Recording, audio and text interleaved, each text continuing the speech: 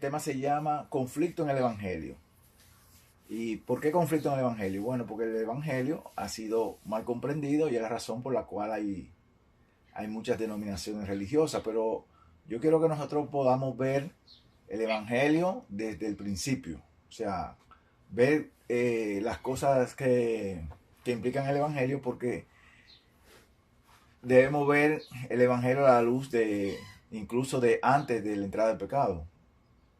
Entonces yo quiero para ello que vayamos a Génesis 2, 16 y 17 y vamos a ver ahí el mandato que Dios le dio al hombre. En Génesis 2, 16 y 17 dice: y Jehová Dios mandó al hombre diciendo: puedes comer de todos los árboles del jardín, pero del árbol del conocimiento del bien y del mal no comerás, porque el día que comas de él ciertamente morirás. Entonces, en ese momento, cuando Dios crea al hombre, Dios hace un pacto con el hombre. Ese pacto, si Adán lo violaba, dice aquí que si él comía de ese árbol, iba a morir. Entonces Dios le está haciendo un pacto y le está dando a una libertad de elegir obedecer a Dios o no obedecerlo. En Oseas 6:7 dice: pero ellos violaron el pacto cual Adán, allí pecaron contra mí. Entonces quiere decir que cuando Dios le dijo al hombre que no comiera del árbol del conocimiento del bien y del mal, estaba haciendo un pacto con Adán. Y según Oseas entonces, quiere decir que como ellos, dice, pero ellos violaron el pacto cual Adán, quiere decir que el pacto que Dios hizo con Adán era un pacto igual que había hecho con el pueblo. Dice que violaron el pacto que Dios hizo con ellos. Entonces en Romanos 6:23 dice: porque la paga del pecado es muerte, pero el don de Dios es vida eterna en Cristo Jesús, Señor nuestro. O sea que, entonces, cuando Dios le dice a Adán que no comiera del árbol, al hacer el pacto, y Adán violar el pacto, entonces entró la muerte por causa de la violación del pacto.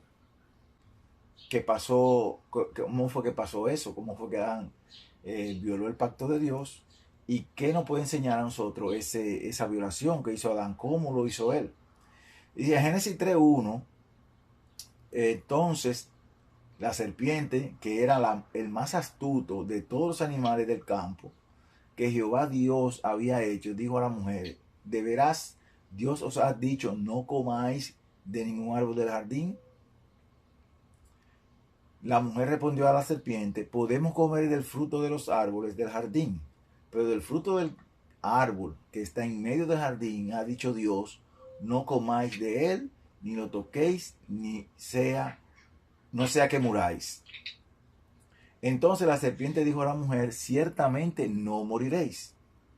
Es que Dios sabe que el día que comáis de él, vuestros ojos serán abiertos y seréis como Dios, conociendo el bien y el mal. Entonces nosotros podemos ver aquí que el enemigo utiliza una serpiente. Todos sabemos que esa serpiente, Apocalipsis dice que es el diablo y Satanás. Dice la serpiente antigua. Entonces, algo que nos enseña aquí la palabra de Dios en Génesis 3:1 es que nosotros, cuando ya Dios ha dicho algo, nosotros no debemos entrar en conversación con el enemigo. Porque el enemigo nos puede confundir y esa es su estrategia, confundirnos a nosotros. Entonces, cuando Eva entra en conversación con el enemigo le pone una duda en su corazón, en su mente. Y eso pasa hoy en día. Nosotros podemos estar siendo fiel a Dios, pero encontramos a alguien que nos dice: no, mira, tú te has equivocado, porque eso no es así, y empieza entonces a contradecir lo que ya Dios dijo, y entonces nos pone esa duda en la mente y nosotros entonces podemos caer a esa tentación. Entonces, muchas veces le pueden decir a usted: no, eso no importa eso. Pero nosotros vimos que a Eva, la serpiente le dijo que no iba a morir, contradiciendo lo que ya Dios le había dicho, que si comían del árbol iban a morir. Pero al poner esa duda en ella, vemos que ella accedió a esa mentira y vemos que cuál fue la causa. En Génesis 3:6 dice: entonces la mujer vio que el árbol era bueno para comer. Es muy importante. Cuando nos ofrecen algo diferente a Dios, nosotros podemos verlo como que es bueno. Donde Dios dijo que era malo, ahora la persona ve la cosa que es buena, que no tiene nada de malo. Y eso es lo que hace que nuestra mente entonces vaya en contra de la voluntad de Dios. Entonces, después que el enemigo le dijo que el árbol la podía hacer como Dios, conociendo el bien y el mal, ya ella, que había puesto su duda en su cabeza, entonces ahora empieza a ver el árbol que lo veía prohibido, ahora lo ve como que el árbol era bueno para comer, que era atractivo a la vista y que era árbol codiciable para alcanzar sabiduría. Entonces tomó pues de su fruto y comió, y también dio a su marido que estaba con ella, y él comió. Y fueron abiertos los ojos de ambos y se dieron cuenta de que estaban desnudos. A veces nosotros caemos en la tentación y después que hacemos el mal, entonces después reflexionamos, fallé. Pero ya el pecado ya lo cometimos. ¿Por qué? Porque desobedecimos a Dios. Entonces dice que cuando oyeron la voz de Jehová, Dios que se paseaba en el jardín, en el fresco del día, el hombre y su mujer se escondieron de la presencia de Jehová, Dios, entre los árboles del jardín. Entonces, esto es algo que sucede. El esconderse de la presencia de Dios es como nosotros hacemos el pecado y en vez de nosotros confesar nuestro pecado a Dios, de arrepentirnos, entonces lo que hacemos es que nos escondemos de la presencia de Dios. Y nos hacemos como que nadie nos vio, y queremos ocultarlo. Pero Dios todo lo sabe. Recordemos que ayer se estuvo hablando de David. David cuando cometió el pecado, él sabía que había hecho algo malo, pero se hizo como el que no, el de la vista gorda, como decimos, como el que no sabía nada. Ahora, la razón, vamos a ver la razón. En Mateo 13, 14, 15 dice, además se cumple en ello la profecía de Isaías que dice, vamos a ver la razón por la cual es que la persona, cuando comete el pecado, a veces quiere hacerse de la vista gorda como que nadie sabe, bueno, tal vez, bueno, alguna excusa. Entonces, en Mateo 13, 14 y 15, Jesús, después que dijo la palabra del sembrador, dice, además se cumple en ello la profecía de Isaías que dice, de oído oiréis y nunca entenderéis, y mirando miraréis y nunca veréis. ¿Por qué? Porque el corazón de este pueblo se ha vuelto insensible, y con los oídos han oído torpemente, han cerrado sus ojos para que no vean con los ojos, ni oigan con los oídos, ni entiendan con el corazón, ni se conviertan y yo los sanaré. Entonces, cuando nosotros cometemos el pecado, en vez de ir a Dios cuando Él nos llama, entonces nosotros endurecemos nuestro corazón y nos volvemos insensibles. Entonces, cuando practicamos el pecado y lo practicamos, para nosotros entonces se nos hace algo normal. Y entonces, después que se nos hace normal, se nos hace difícil salir de él. Entonces, cuando Dios hace el llamado, entonces a veces lo pensamos y a veces entonces lo pensamos, pero no tomamos una decisión de seguir al Señor. Vamos a continuar con la historia en Génesis 3, 9 al 13. Dice, pero Jehová Dios llamó al hombre y preguntó, ¿dónde estás tú? Ahora la pregunta es, ¿cree usted que Dios no sabía dónde estaba Adán? Él respondió, oí tu voz en el jardín y tuvo miedo, porque estaba desnudo, por eso me escondí. Le preguntó Dios, ¿quién te dijo que estabas desnudo? ¿Acaso has comido del árbol del que te mandé que no comieses? Entonces Dios sabía lo que Adán había hecho, pero a pesar de eso Dios lo estaba buscando a Adán. Mientras que Adán lo que se estaba ocultando del llamado que Dios estaba haciendo. Muchas veces hacemos eso nosotros, pero ignoramos que Dios sabe toda la cosa. Y aquí nos muestra a nosotros que Dios está haciendo una investigación a pesar de que Él sabe lo que el hombre hizo. Está investigando qué fue lo que pasó. El hombre respondió, la mujer que me diste por compañera, ella me dio del árbol y yo comí. ¿Cuántas veces nosotros cometemos un pecado y decimos y buscamos una excusa? Lo que pasó fue que fulano fue el que me motivó a hacerlo. Pero eso no libra a nosotros de la culpa. Eso no nos libra de la culpa. Y vamos a ver más adelante que cuando nosotros accedemos a la tentación, Eso, a pesar de que hayamos sido engañados o motivados por amor, eso no nos quita las consecuencias. Entonces Adán aquí acusa a Dios y dice: la mujer que me diste por compañera, ella me dio del árbol y yo comí. O sea que el culpable de que Adán hubiese comido, para él era Dios, que le había puesto a la mujer ahí. Ahora dice: entonces Jehová dijo a la mujer: ¿por qué has hecho esto? Y la mujer dijo: la serpiente me engañó y comí. Entonces eso nos da a entender a nosotros que nosotros, cuando por lo menos tenemos conocimiento de lo que Dios nos ha dicho a nosotros no debemos, por bonita que se vea el comentario o lo que nos quieren enseñar, nosotros no debemos acceder a contradecir a Dios. No debemos hacer eso. Entonces, por eso esta historia está aquí, para que nosotros podamos ver y entender que Dios, a pesar de todo lo que nosotros hacemos, sea oculto, sea visible, Dios lo sabe todo. En Génesis 3, 15, 17 dice: y pondré enemistad entre ti y la mujer. Aquí le está hablando a la serpiente. A la serpiente Dios no le hace un juicio, porque ya la serpiente que estaba siendo utilizada por Satanás, ya Satanás había sido juzgado en el cielo y había sido arrojado a la tierra.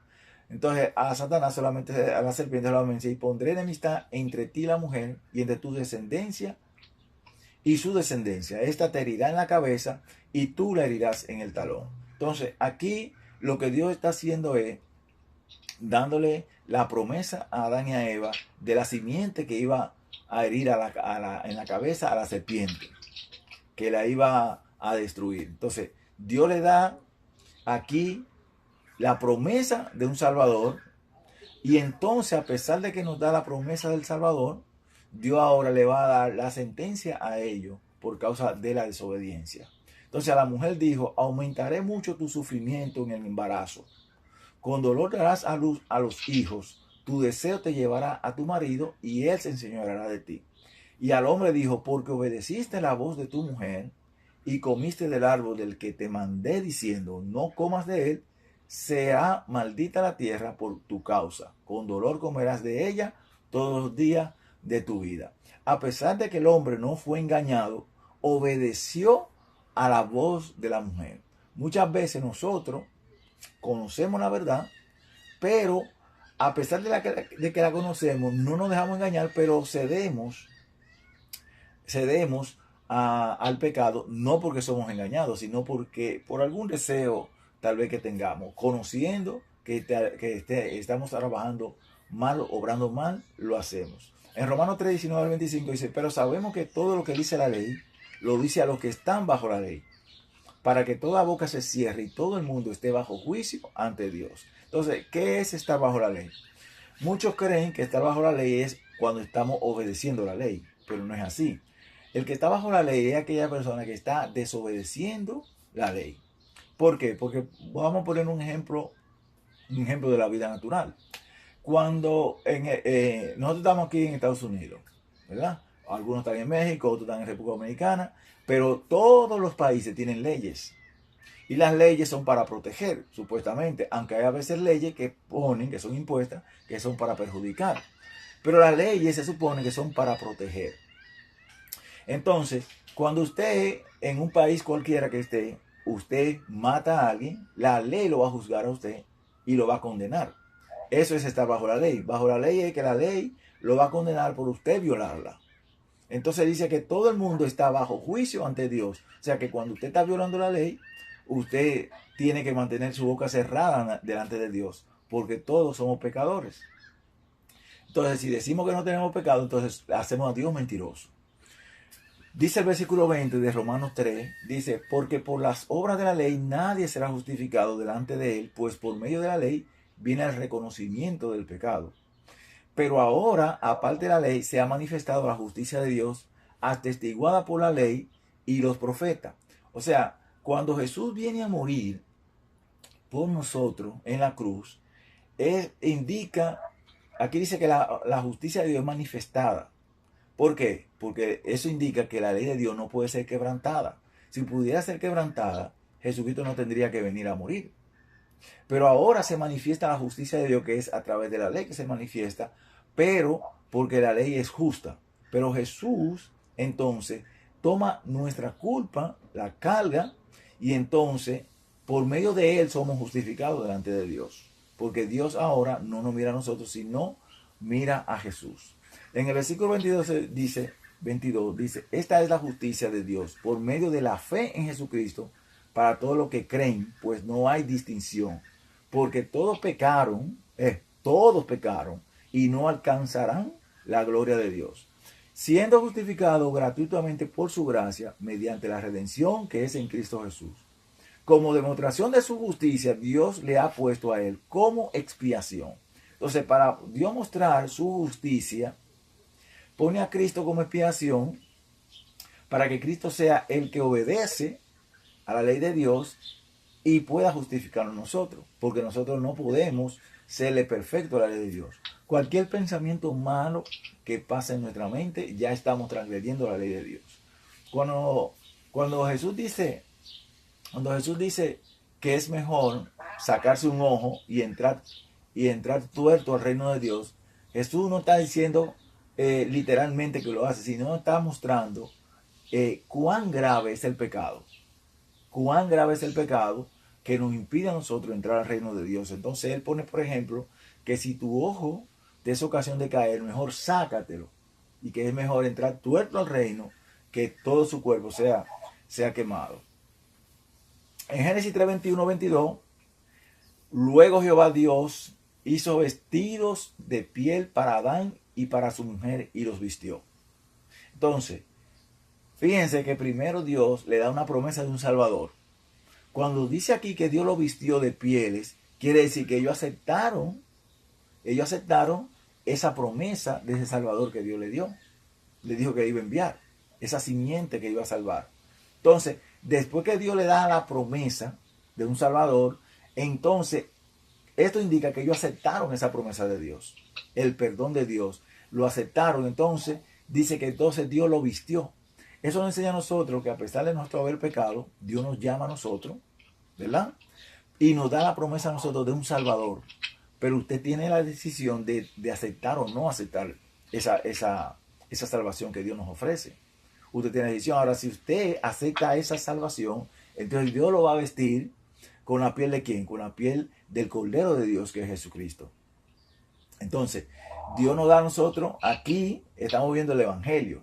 Dios nos hace la promesa de un Salvador, pero toma usted la decisión de aceptar o no de aceptar. Si usted acepta, entonces Dios lo viste a usted con la ropa y la justicia de Cristo.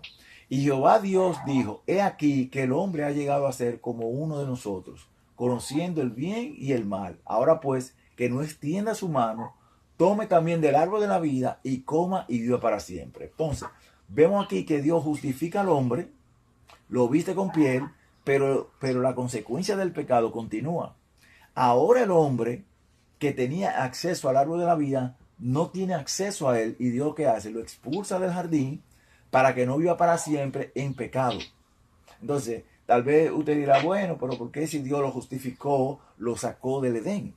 Ya ellos habían pecado, y si Dios no lo sacaba de ahí, iban a vivir eternamente pecando. Entonces, por amor, entonces Dios lo expulsa para que no viva entonces en dolor, sufrimiento. Imagínense nosotros que no muramos con las enfermedades que existen, el mal que hay en este mundo. ¿Entiende? Entonces, Marcos 16, 16, para finalizar, el Señor nos da una recomendación y nos hace un llamado. Y Jesús dice, el que cree y es bautizado será salvo, pero el que no cree será condenado. Esa fue el mismo llamado que Dios le hizo a Adán y a Eva cuando le dijo del Salvador que iba a enviar. Si lo aceptas, si crees, serás salvo. Pero si no crees, será condenado. Entonces vimos que ellos entonces aceptaron y fueron vestidos entonces con piel del Cordero. Esta ha sido la reflexión de hoy, mostrando que el Evangelio desde el principio está. Y la causa por la cual existió y entró el Evangelio a este mundo fue por causa de la transgresión de Adán. Que el Señor le bendiga. Si alguien tiene algo que comentar, lo puede hacer.